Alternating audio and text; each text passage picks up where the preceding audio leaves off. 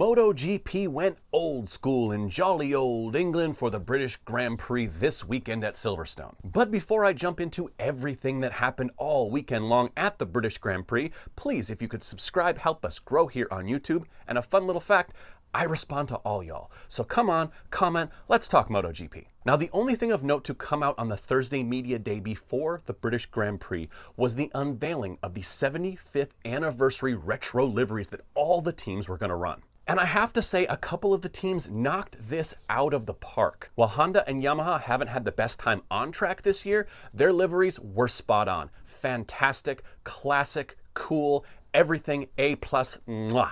And how do you do a retro livery for a team like Trackhouse Racing, who has been in MotoGP a grand total of half a season? As an American team, you pay tribute to every American premier class world championship motorcycle rider that has ever won a race. I mean, all of their faces were on that bike. Kevin Schwantz, Wayne Rady, Eddie Lawson, Freddie Spencer, Nicky Hayden, Ben Spies. It was pretty sweet, and bonus points for creativity for a team that's only 1 year old. Now, speaking of creativity or the lack thereof, we have to talk about factory Ducati. Because I'm sorry, y'all did not understand the assignment. This ain't it. Even Pecco Bagnaia, during the unveiling, bemoaned the fact that the entire motif was buried under sponsorship. They should have just ran their normal livery. I mean, this, swing and a miss. But now to what happened on track. And on Friday, there were a couple people that were fast that I was not quite expecting to be up at the front. I mean, I expect Jorge Martin to top the first practice. I expect Pecco Bagnaia to get stronger as practice gets into the qualifying. What I'm not expecting is Aleix Espargaro and Maverick Viñales to be 2 and 3 in first practice and Jack Miller be there in fourth. And what I didn't expect was both factory KTM boys Brad Binder and Jack Miller to go straight through to Q2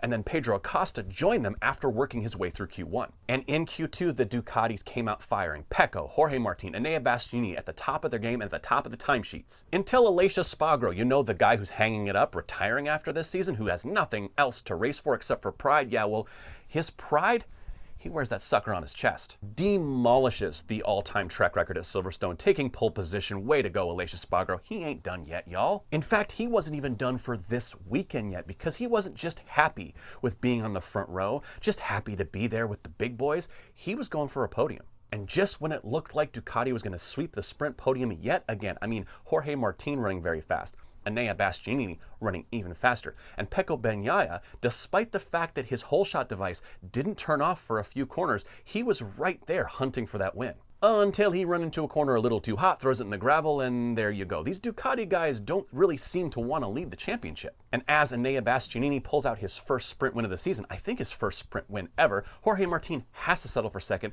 and Aleix Espargaro, the old veteran, gets that third spot. Behind them, Brad Binder finishes fourth after ripping the wing off of Pedro Acosta's motorcycle. Pedro Acosta finishes fifth, and Marc Marquez was another Ducati in the gravel trap. I'm telling you guys, these guys love the gravel. And there's a reason why I haven't mentioned Marc Marquez until this point in the video. I mean, he had an awful Friday, his worst of the season, and his Saturday didn't get a whole lot better. But his brother Alex gets a top 6 in the sprint, and Jack Miller with a 7th place, hunting for a ride somewhere in MotoGP, somewhere in World Superbike, or he'll be riding the couch next season. But this weekend was all about Sundays. That's when the special liveries were coming out. That's when the riders are always at their best, and that's where all the points are up for grabs. That's what really matters. So Pecco needed to keep it upright if he hoped not to give Martin a heap of points going out of this weekend. And he looked very, very fast early on, but he really couldn't sustain the pace to run at the front. It was very, very fast, and Martin kind of took control of this race. Further back behind them, it didn't really look like Marc Marquez or Aleix Espargaro really had the pace to go at the front guys.